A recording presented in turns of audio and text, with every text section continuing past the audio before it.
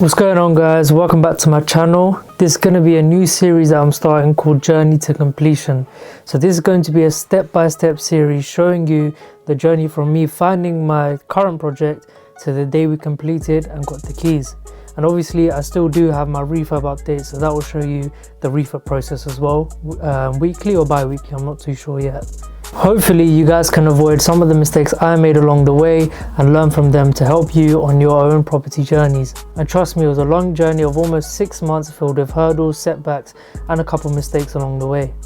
But most importantly, there were lessons and a lot of them. Now this process was fairly new to me. Even though I'd done a project before, it was a joint venture, so the responsibilities were a bit split. But this was completely my own, so I had everything from start to finish to do. So as I said, a lot of lessons learned, and I hope with this series I can illustrate those to show what goes on inside the world of property. Now let's get started. So first I had to find the deal. Now to be fair, this wasn't really the hardest part of the transaction, as when I was looking for this deal or any deal that came about, I had just sold my first project. So I was in the market for about a week or two before I put my eyes on this project specifically. I had a few others as well that I went and viewed, but when I ran through them with my mentor, he said they didn't really stack and didn't have substance, but he said that this one was specifically the one that I should go for. Now let me show you what I saw on Rightmove and why this property stuck out to me as one that I could add a lot of value to and potentially flip or keep it. Alright, so as you guys can see, this is what I saw when I first clicked on the flat on Rightmove. So when I first see a flat, I always will go to the floor plan and look at the size of the property and the individual rooms. So as you can see, this flat is total 66.6 square meters, which is more than enough for a 2-bedroom. And the kitchen is about 15 to 16 square meters, I think just more. And then also the reception room is about 20 to 21 square meters. So I knew there was more than enough scope to make either the living room or the kitchen into the open plan and make the other a bedroom. So I knew there was more than enough scope to convert this into a 2-bed. Then I went through the pictures and I looked at mainly the kitchen and the bathroom, because I know those are the two main points where you can add value in a property. So when I saw the bathroom, as you can see, this is a very dated bathroom. The windows need replacing and all the tiling, and the bathroom itself just wasn't up to standard. So I knew I could add value. And just from the pictures alone, I could see all the big windows and all the big spaces. So I knew this was a spacious flat with more than enough room to accommodate for a 2nd bedroom. Yeah, I just went through the pictures and then I sort of read the description here and there. I looked for how many years is left on the lease as well.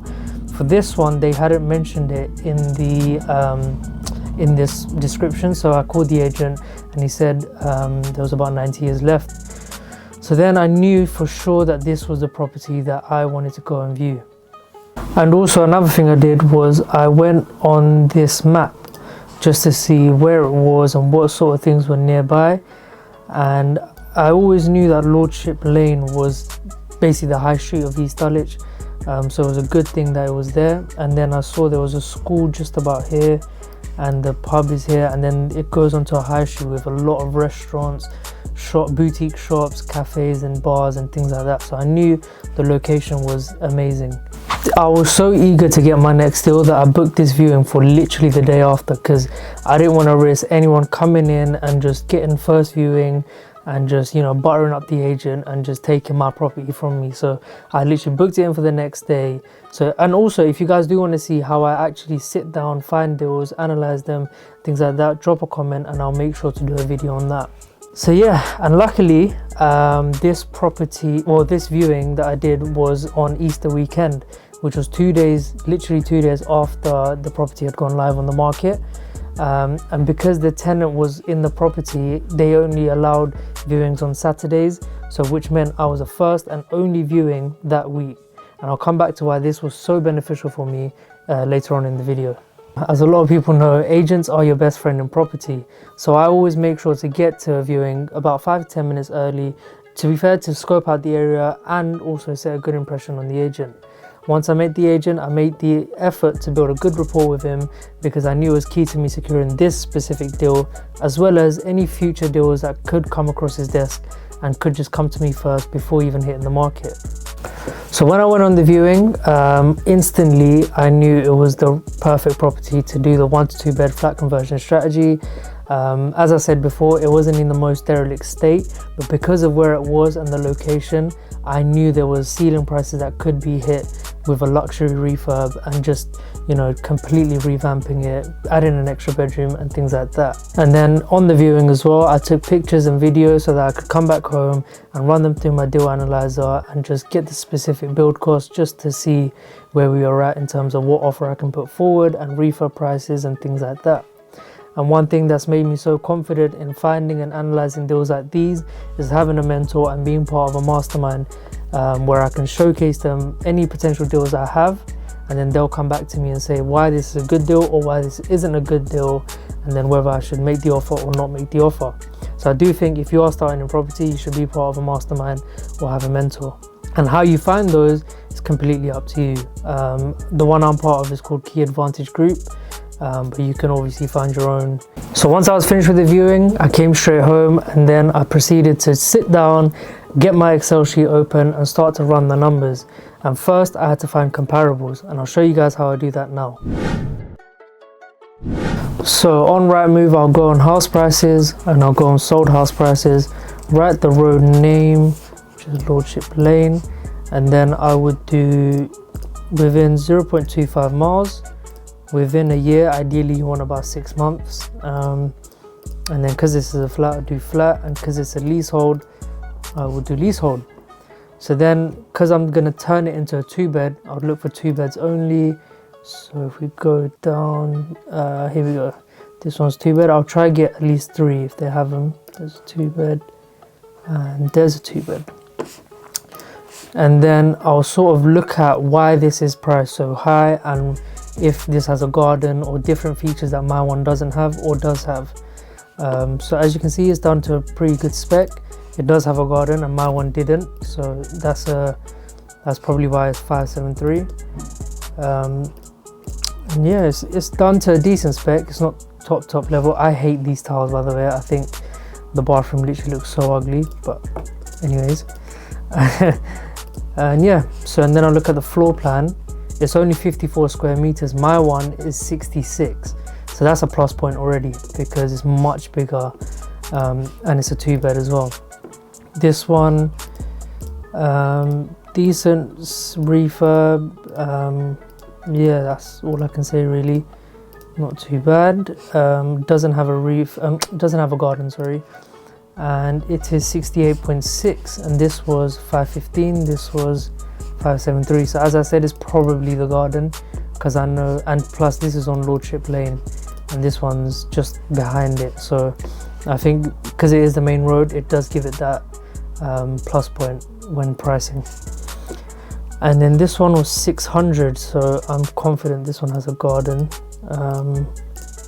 So yeah, this refurb isn't even that, but yeah, it has a garden. So in this area, if you have a garden, you're going to get those, you know, 600, 580 sort of thing. So I knew that I could probably price mine around, like my GDV worst case, 500. So then once I'd looked at sold comparables, I also like to look at what's currently on the market. So then I'd go onto Rightmove, just like you're searching for a normal property. I'd look for a 2-bedroom flat within about 0.25 miles of this property that I'm looking to buy, and then I'll see including sold subject to contract, which means it's under offer, it's off the market, just needs to have contracts exchanged, and I'll see what prices they were agreed at. I can sort of get a feel for what, you know, buyers are looking for and how much they're willing to spend for a certain level of you know, finish and property. When I was on the viewing with this agent, I also asked him to send me some comparables that for 2 beds within, you know, as I said, quarter of a mile of this property, and he said I could get anywhere between about 510 to 525 for this if it was done to high spec and it was a 2-bedroom. So you see why it's so good to build a good rapport with your agents. So once I had all of those values, I contacted some more agents, got some GDVs and things like that.